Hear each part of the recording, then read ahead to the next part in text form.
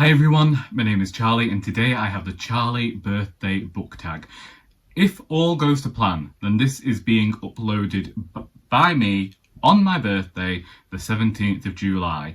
And if it doesn't all go to plan, then this video might never exist, or we will just blame Charlie.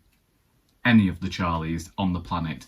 So, this tag was created by Charlie of Charlie Book Reads for my 30th birthday last year, and naturally I wasn't about to do the tag last year, so I've waited, and here we are. This is a series of questions that Charlie related, all to do with me, and I was very humbled and very grateful last year when a whole host of booktubers came together to celebrate the glory that is me. This tag's about me, about the things I like, and we're going to get to know more about the things that I like. So this should not be a surprise to anybody. This video should be the quintessential Charles Heathcote video. So the first prompt is, Charlie is the name of the game.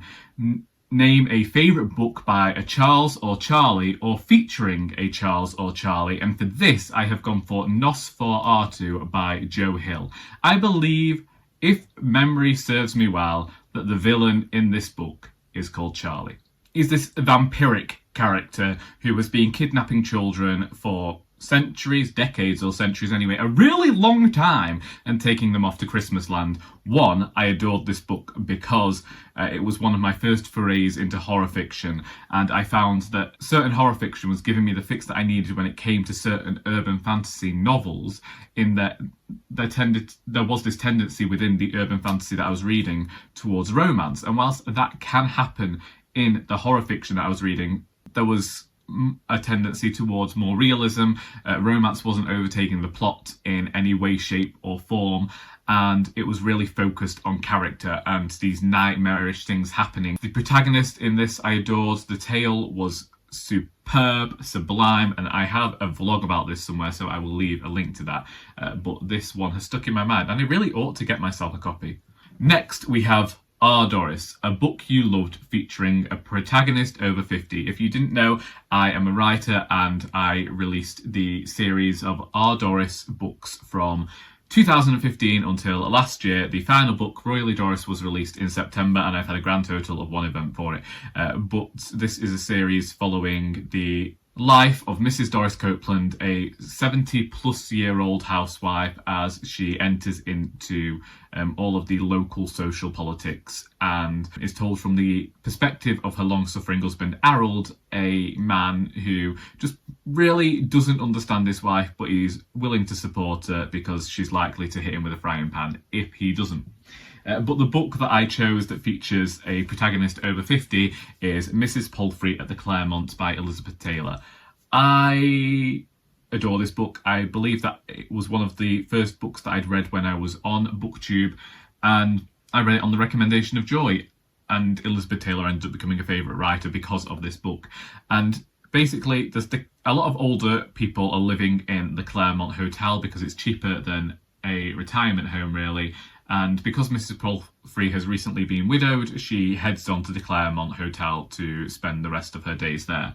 And she keeps lying to people and telling them that her grandson is going to come soon, because she really does have this belief. But to keep up appearances, when she finds this young actor, she employs him to be her fake grandson. And then the real grandson shows up, and it's this whole thing, and it's a very poignant, sentimental story, but doesn't shy away from some more darker themes. Indeed, I'd say, although I've read a few Elizabeth Taylor now, this still stands up as my favourite of the ones that I've read. Then we have An Heir to Murder, which is the first book in a cozy crime series, which I released the first book in 2020, and we all know how that went. And I'm currently working on the second, Mistakes Make Murder, but the prompt here is for a favourite crime or mystery. And for this, I have veered off slightly and not chosen a book from one of my mystery and thriller shelves. I've gone with Deacon King Kong by James McBride. There's a lot of crime in this book. This church deacon called Sportcoat shoots the local drug dealer. And then this book follows the community from that, but there is a lot of crime and the way that certain communities end up turning towards lives of crime due to the way that those communities have always worked and how we view criminality, and perhaps the way in which sometimes it becomes a necessity when really you wouldn't want it to be, but it is the only way you're going to be able to provide for your family. So you might do some underhanded deeds for respectable reasons. Then we have Chocolat, a book by a favourite author. This prompt is prompted by the fact that Joanne Harris is the writer I always call my favourite writer. I read her book, The Lollipop Shoes, in 2007, and it began this long-standing adoration for her prose.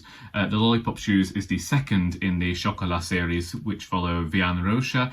So you have Chocolat, The Lollipop Shoes, Peaches from Monsieur Le Carré, and The Strawberry Thief, but Joanne Harris has written tons of other books. You might be able to see two above my head, which are Rune Marks and Rune Light, which were her young adult series set after Ragnarok, and she's really just writing everything. But the book that I have chosen for this is The Mad Ship by Robin Hobb. A few years ago, a booktuber called Sam's Nonsense did the Hob-along, and this was where, over a certain period of time, we would be reading all of the books in the Robin Hobb Realm of the Elderling series. And so that was 2016, and I read the first trilogy on time, and then I read this second trilogy on time. This is the Live Ship Traders trilogy, and this is almost a spin-off from the Farseer books, but this might be my favourite series of hers. Even though I have more of an affinity with the characters in the Fitz books, due to the I voice and due to just feeling such a strong connection to those characters, it is the Mad Ship that I've chosen because, and I mentioned this in last week's Wool Gathering video, there is a character in the first book that I could not stand, and I just wanted them to kill her off. I wanted her to disappear from the pages because they were whiny, they were petulant, and everything about them was something that I hated. And then I read The Mad Ship, Morning Mr. Magpie, and this character goes through such a shift, such a personality change, and begins to recognise themselves as an individual and recognise that they can make their own way in the world and they can be strong and independent.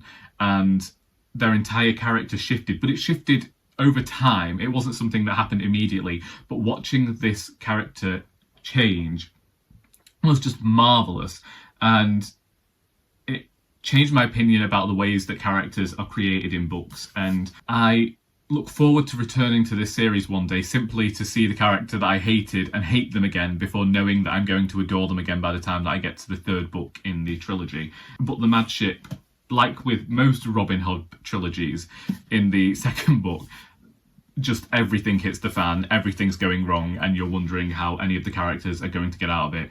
And as with all of the second books in Robin Hood's trilogies, I seem to have read this one the fastest. If you wanted to read Robin Hood but you didn't necessarily want the commitment of reading so many books with the Farseer trilogy, then the Live Ship Traders trilogy is one to head towards. And then we have Reading is Fundamental, a book you think everyone should read. Once again, this prompt comes from my adoration of RuPaul's Drag Race, but the book I think everyone should read is Lonesome Dove by Larry McMurtry. I keep saying that I'm going to read more books by Larry McMurtry, and I have quite a few of them on my shelves, simply because I wholeheartedly adore this book and think that it covers every single facet of what it means to be human. There is every single emotion packed into this book. I laughed at one scene. I ended up stopping and mulling over a certain passage in this book. I can't find the passage that I would have read to you, but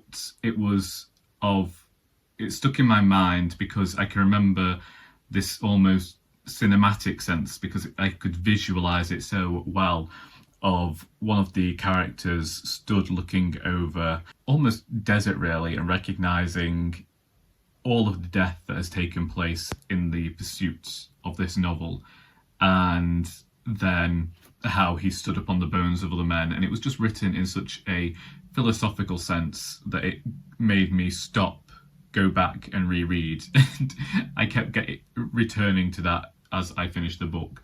And I know that I'm going to definitely reread this one day. It comes with some nostalgia for me because when my dad was having chemotherapy back in the day, my brother gave him the DVDs of the miniseries from back in the 1990s, and we watched it then. It was something that all the family just got into doing. Like, we'd come home from school and then we'd watch that. I can still remember "You're not dead, your head's just been skinned" as one of those lines that made me laugh, and I just think about how awful and gruesome that is nowadays. If you didn't read anything else by Hilary Mantel, I would recommend reading this one because it really, as I say, it just covers every facet of what it means to be human. Then we have Tardis, a book you wish you could go back and tell yourself to stay away from. And for me, this is Paulina and Fran. Can't remember who the author was, but I remember this being a hugely popular book when I first started on BookTube, and I despised it with every single fibre of my being. I thought that it was drivel, and I shared it to Twitter, and I didn't tag the author, but I can remember the author liking the post where I said that I recorded the video, and I might have even taken it down now because I do disagree with the swearing that I did, but I don't disagree with how vehement I was, or vehement, however you want to say that word. I did not like that book, and I don't recommend it to anybody, and whenever I think of a book that I despised, that's the one that always sticks in the back of my mind, or the front of my mind, as one should say. Then we have Victoria Wood, a book that made you laugh. Now, if you don't know me, then Victoria Wood is perhaps my favourite writer, my favourite comedian, and created my favourite TV show in Dinner Ladies, but has just had a brilliant voice for language that I hope to emulate when it comes to my own prose. So for this, I went with The Miseducation of Evie Epworth by Matson Taylor. Both of the books in this series, this and All About Evie, have made me laugh. Both of them have stuck in my mind, and both of them I read in a few hours. And I think that these are great summer reads, really. They could be almost like a palate cleanser of a book, you know, when you just want to sit down on maybe you've got a free afternoon in summer and you don't want to do anything but maybe just sit and have some really light, easy reading that's going to make you laugh, but can also be emotional at times. Then you could go to the Evie Epworth books.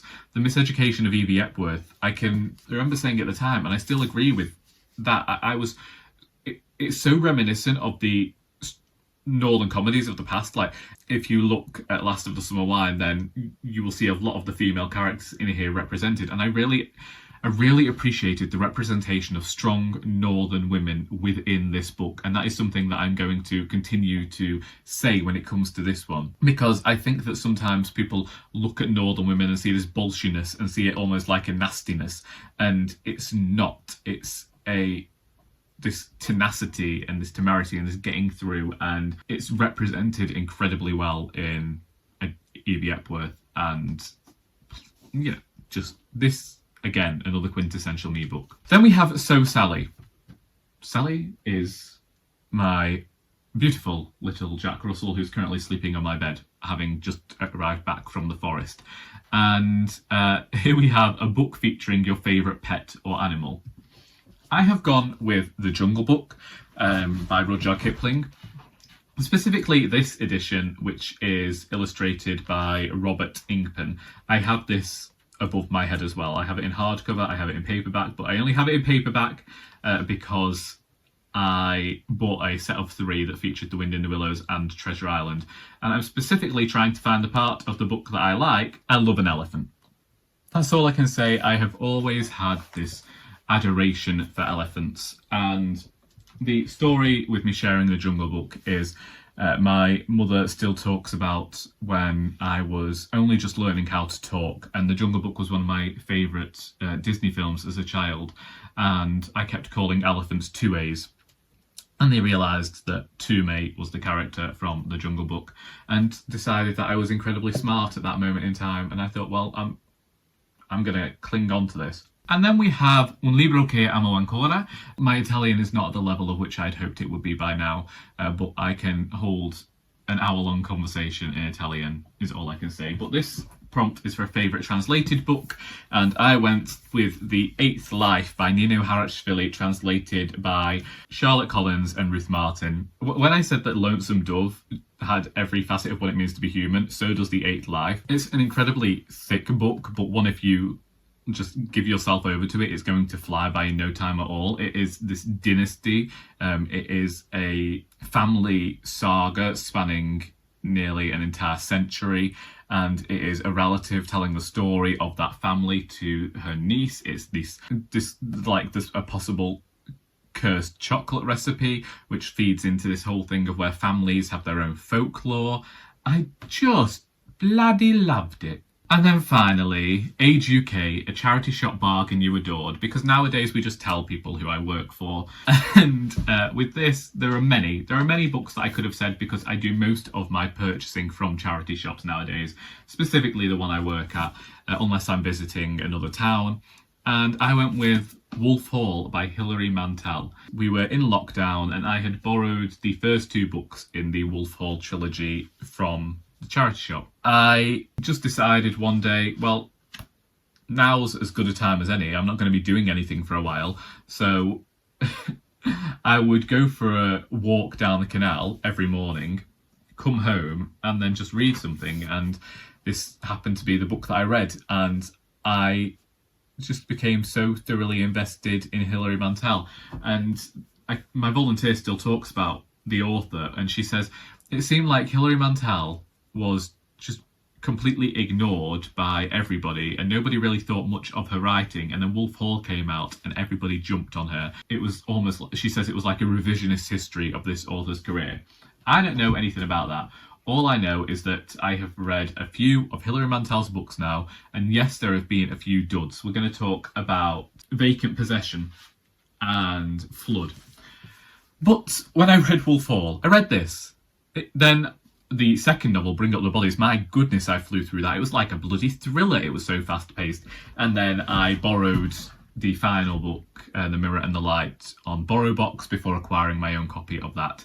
And I don't know what it is about Hilary Mantel's prose. Again, I think that she's just a very insightful writer, and the way that we're looking at a character who has basically been seen as an antagonist and a villain throughout history, and yet she makes the reader almost feel for them and empathise with them. I think that that's an incredible thing to do, really.